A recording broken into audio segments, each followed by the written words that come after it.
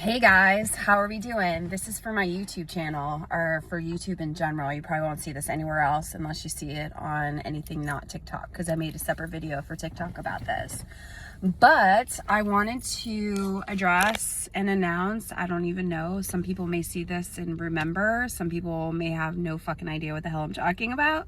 That's okay. But Devils, Strawberry Fields in Devil's Paradise is finally going to be written. I'm going to either finish it or really get through the majority of it here soon. Soon in terms of 2026 that it's coming. I had kind of a realization of things over a couple weeks ago that how important that this book actually needs to be written.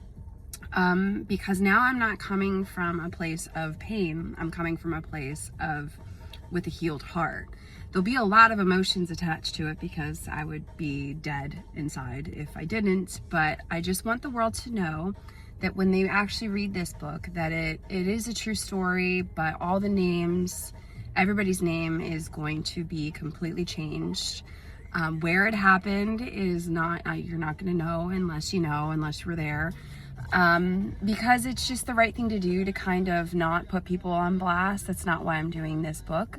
This book is going to be completely written so my heart, soul, and my psyche and my brain, it can be done. Why am I telling people this? Because I want to make it very clear that I'm not a victim. I'm a survivor. I'm a survivor of a lot of things that have happened to me in my life. I'm a survivor of a lot of things.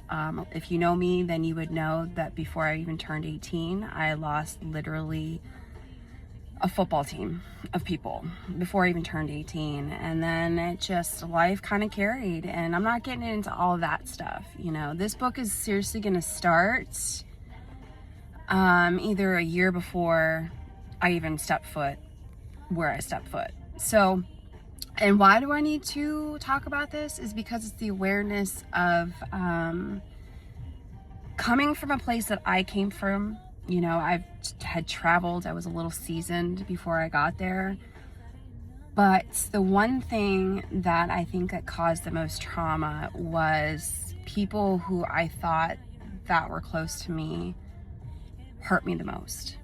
And a mixture of this book is also going to be a mixture of transformation, it's empowerment. It's going to show a woman going through a divorce before anybody that she knew or friends that she knew. I was married at a young age. So, and honestly, it's going to show no matter what you're going through in life, how fucking low you really are, that your inner drive can bring you peace. Your inner drive, your inner fight can get things done. That anger can be a healthy emotion when everybody tells you that it's an unhealthy emotion. Because all of those things are the things that happened to me on that island. I was empowered. I was going through a divorce. I was young. I was trying to find myself again, not just as a person, not just as a human or whatever, but as a woman being thrown back into the single life. It's about addiction. It's about rose-colored glasses when you think you're in love. It's about friendships. It's relationships. It's also going to be about self-discovery in every way, you know, a world that, you know, I didn't think ever existed.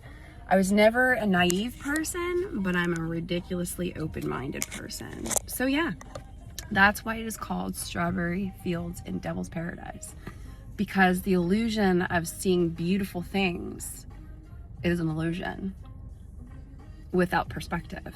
And I didn't have perspective, and I fell under the illumination or the beauty of things, not realizing that there was a lot of danger attached to it. I was homeless twice. I'm gonna get into that. It could have been 3, but I got myself out of the first time that I was face to face with homelessness. I was pulled out of it very quickly by a coworker, a place that I worked. So yeah, and I feel like over the years when I have talked about it for people that would actually listen to me, because that's why I kept talking about it. I was trying to process a lot of shit. But at the same time, I think a lot of people didn't want me to talk about it because they didn't want other people to know. They didn't want other people to know that they had this piece of them that could be shitty.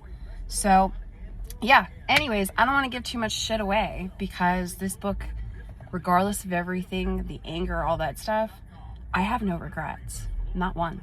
Not one. Because I grew up quickly, very quickly, and I learned a lot about myself. And yeah, I have no regrets. That's very important for people to know, that I have no regrets with it. But yeah, I'm gonna go back to where it all happened. Nobody's gonna know. I'm just gonna do it and fucking write this shit and find an editor and publish it, because it's if anybody's ever been through therapy, I do what's called shadow work, but eventually I'm gonna have to go to a therapist to kind of make sure that I'm doing stuff that's right. But the one thing that I know 100% for sure is that a therapist would 100% back me, because that's what arts is for. That's what music is about. That's what writing is about, all of it. So throwing up on paper, and you know, my way too, my way. Cheers. Stay authentically you. Seriously, no matter what happens. Always just be you. It's one thing that I will die on this hill, as they say. I will always be me. I will never change for anyone. Neither should you. Cheers.